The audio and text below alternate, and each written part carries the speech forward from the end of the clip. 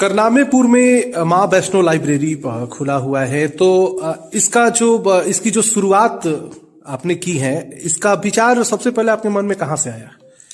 इसका विचार सबसे पहले तो आपके न्यूज चैनल को सुनने वाले जितने भी श्रोता हैं, मैं आज मकर संक्रांति के अवसर पर उनको हार्दिक शुभकामनाएं माँ वैष्णवी लाइब्रेरी की तरफ से देना चाहता हूं। और हमारा जो क्षेत्र है वो ग्रामीण क्षेत्र है जी, और हमारे बच्चे यहाँ से पढ़ने के लिए जो बाहर जाते थे, क्योंकि आज शिक्षा के क्षेत्र में एक नया युग इंटर कर रहा है, एक नए युग का दौर प्रवेश हो रहा है। इसमें क्या है कि बच्चे ऑनलाइन क्लासेज लेकर के सेल्फ स्टडी कर रहे हैं, ठीक है।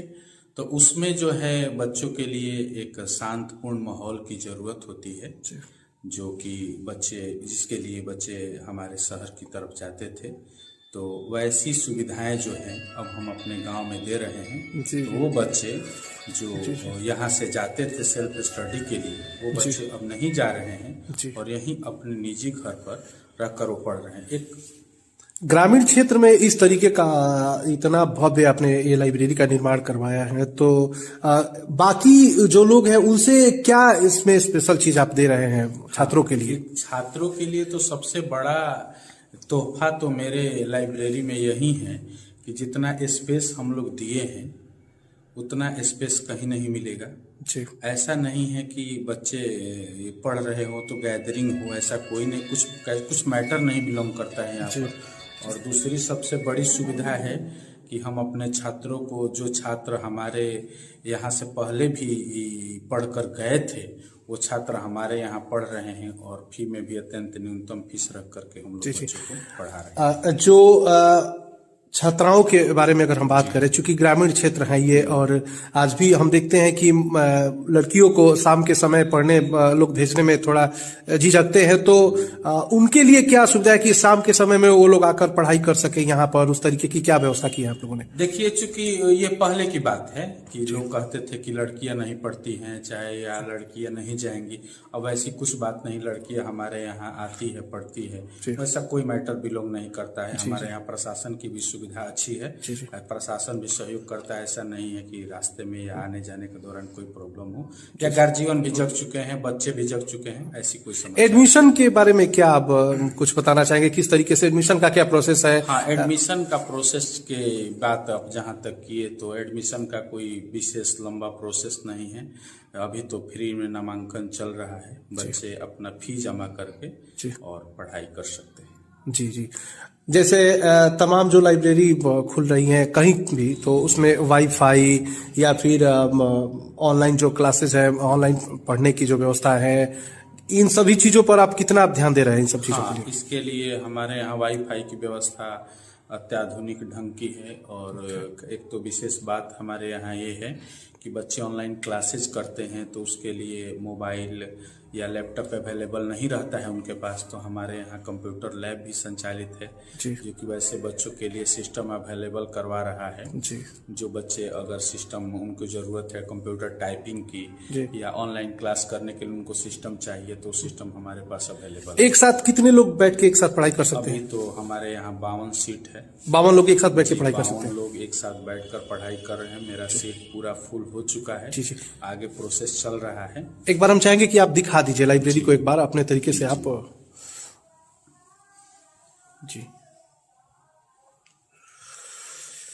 तो इन्हीं जगहों पे लोग बैठेंगे? जी। और मोबाइल चार्जिंग के लिए भी सारी सुविधाएं यहाँ पे है? जी। लाइटिंग की व्यवस्था भी है, की गई है यहाँ पे।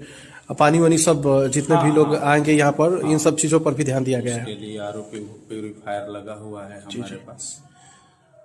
तो ये आप शिक्षा के क्षेत्र में पिछले कई वर्षों से हमने सुना है कि आप सक्रिय हैं, तो कितने वर्षों से आप इस? 14 साल हो गए। 14 साल से आप सक्रिय काम करते हमारे। और चूंकि शिक्षा का इस दौर में एक पैटर्न बदल रहा है, तो उसके अनुसार अपने को भी मॉडिफाई करना पड़ता है।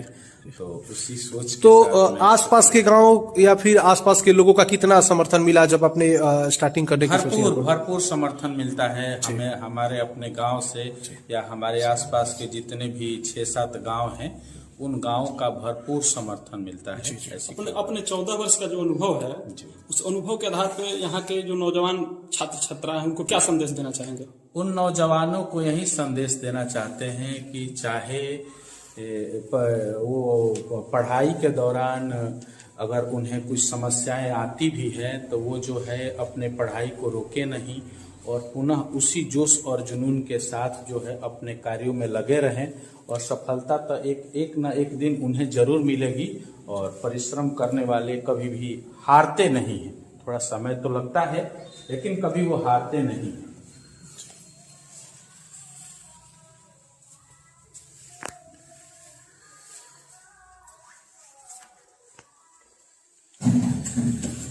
तो ये लाइब्रेरी, अच्छा, इसमें एक क्लासेस क्या चालू हो चुके हैं? क्लासेस क्लासेज 12 दिसंबर से शुरू हो चुके हैं। जी जी। और प्रत्येक रोज क्लास जो है सुबह 6 बजे से जी जी। रात्रि 8 बजे तक अभी चल रहा है। जी जी जी। ठंडा का मौसम है। जी जी। आगे जो है क्लास पूरी रात तक भी चलेगा। जी जी जी। थोड़ा ठंडा तो नाइट क्लास भी चलेगा इसमें? नाइट क्लास भी चलेगा। तो कब से, मतलब पूरा क्लास स्टार्ट कब से हो रहा है आपका? मतलब पूरा सुबह 6 बजे से क्लास जी स्टार्ट जी हो जी रहा है। जी। 4-4 घंटे का शिफ्ट है। जी जी जी। 6 से 10, 10 से 2, 2 से 6, जी जी। 6 से 10 ऐसे करके जी क्लासेस जी जी। चलता है। क्षेत्रवासियों के लिए क्या कहना चाहेंगे? आज मकर संक्रांति है, उसको लेकर। मकर संक्रांति के अवसर पर मैं अपने सभी छात्रों क्षेत्रवासियों को हार्दिक शुभकामनाएं देते हैं और भगवान से ही प्रार्थना करते हैं कि उनके जीवन में मंगल ही होता रहे। तो क्या फी वगैरह है, मतलब यहाँ आपके लाइब्रेरी में अगर कोई बच्चे आते हैं तो? सुबह का जो बैच फर्स्ट 6 से 10 क्लास चलता है उसका फी 250 रुपया है और 10 से 2 जो क्लास चलता है उसका फी 300 रुपया है। बाकी कितने शिफ्ट में क्लासेस चलते हैं? अभी तो 4 शिफ्ट में क्लास चल रहा है। जी जी। चलिए, बहुत बहुत धन्यवाद आपका।